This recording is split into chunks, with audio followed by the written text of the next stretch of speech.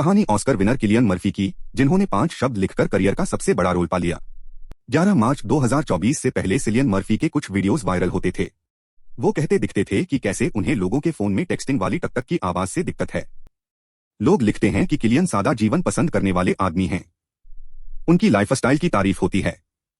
दूसरी ओर आयरलैंड के किसी पब में बियर का पाइंट लेकर बैठे किलियन को खबर भी नहीं कि दुनिया ने उन्हें लेकर ऐसी कोई राय बना रखी है।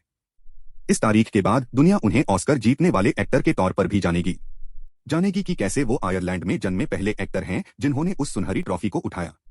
ओपेनहाइमर के लिए बेस्ट एक्टर अवार्ड जीतने के बाद किलियन ने अपनी स्पीच में कहा, मैं अभिभूत हूं। अकेडमी का शुक्रिया।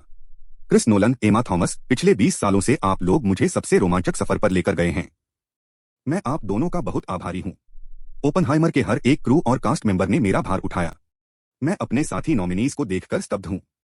हमारी फिल्म ऐसे आदमी पर थी जिसने एटॉमिक बॉम्ब बनाया।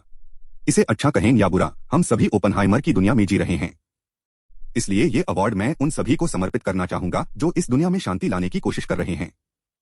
ओपेनहाइमर ने किलियन मर्फी को पहला ऑस्कर दिलवाया, लेकिन साथ ही वो चीज भी दिलवाई जिससे वो कोसों दूर भागते थे। वो थी दुनिया भर की प्रसिद्धि। किलियन सिंपल लाइफस्टाइल पसंद करने वाले इंसान रहे हैं। उनका मानना है कि काम करो, उसके साथ आने वाली शोहरत को सिर पर मत चढ़ने दो और शांति से परिवार और दोस्तों के साथ जीवन जियो। किलियन के ऐसा होने के पीछे लंबी कहानी है। कहानी उस लड़के की है जो हाथ में गिटार लेकर स्टेज पर चढ़ता था, पेट में मुक्के खाए, वकालत की पढ़ाई से तौबा किया, सिर्फ 5 शब्द लिखकर अपने करियर का सबसे बड़ा रोल हासिल किया। ये कहानी है किलियन मर्फी की। किलियन का जन्म आयरलैंड में हुआ।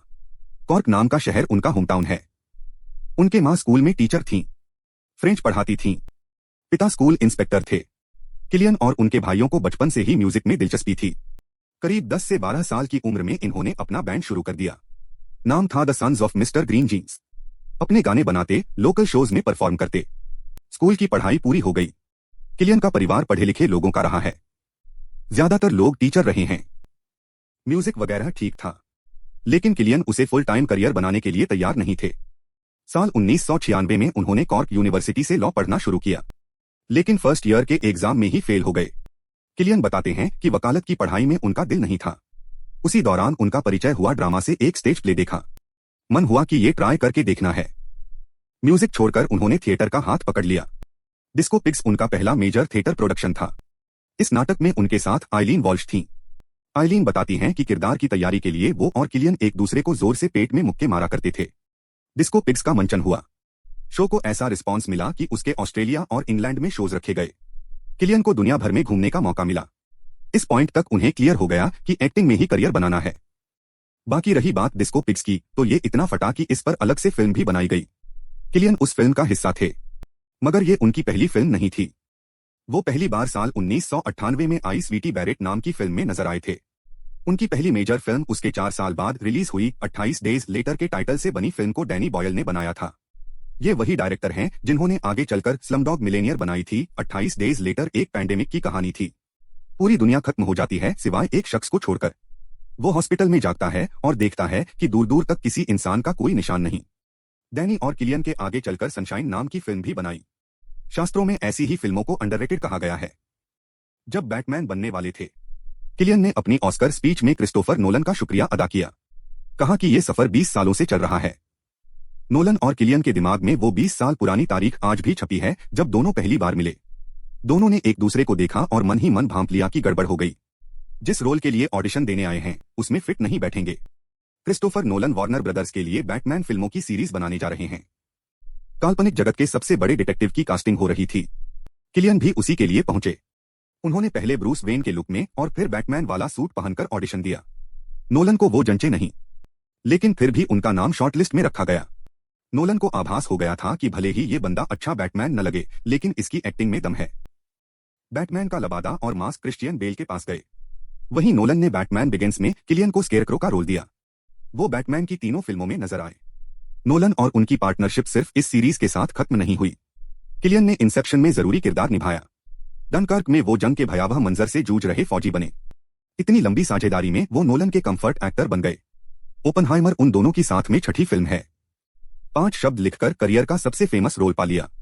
किलियन मर्फी की जिंदगी को शब्दों में उतारा जा रहा है और अचानक से ऑफिस में किसी का फोन बज उठता है। उन शख्स ने रेड राइट हैंड नाम के गाने को अपनी रिंगटोन लगाया हुआ है। इस गाने को सबकी जुबान पर चढ़ाने की जिम्मेदारी पीकी ब्लाइंडर्स ने ली। साल 2013 में शुरू हुए इस ब्रिटिश शो ने ओपनहाइमर से पहले किलियन को स्टार बना दिया था। किलियन ने इस इंटेंसिटी से किरदार निभाया कि उनके कटोरा कट हेयर स्टाइल का मजाक उड़ाने की हिम्मत नहीं हुई। लड़के उस फैशन से उनकी वॉक की नकल करने लगे। किलियन का किरदार थॉमस शेल्बी कूलनेस और स्वैगर की नई परिभाषा बन गया। ये किलियन के करियर का एक और किरदार था जो अंदर से टूटा हुआ था। उस खालीपन को भरने का तरीका उसने हिंसा, शराब, पावर और सेक्स में ढूंढा। खैर, करीब 10 साल चले शो ने किलियन को बहुत फेम दिलवाई, लेकिन ये बात ज्यादा लोग नहीं जानते कि वो लगभग इस शो से रिजेक्ट होने वाले थे। पीकी ब्लाइंडर्स के क्रिएटर स्टीवन नाइट ये शो बनाने जा रहे हैं। कास्टिंग चल रही थी। किलियन ने भी ऑडिशन दिया, लेकिन उनकी कदकाठी देखकर स्टीवन को लगा कि वो थॉमस के रोल के साथ इंसाफ नहीं कर पाएंगे। किलियन अपने घर आ गए। घर आकर उन्होंने स्टीवन को एक मैसेज भेजा, remember I am an actor. याद रखिएगा कि मैं एक एक्टर हूं। किलियन का इशारा उनकी फिजिकलिटी को लेकर था। उनका मानना था कि एक एक्टर किरदार के हिसाब से अपनी बॉडी का इस्तेमाल कर सकता है।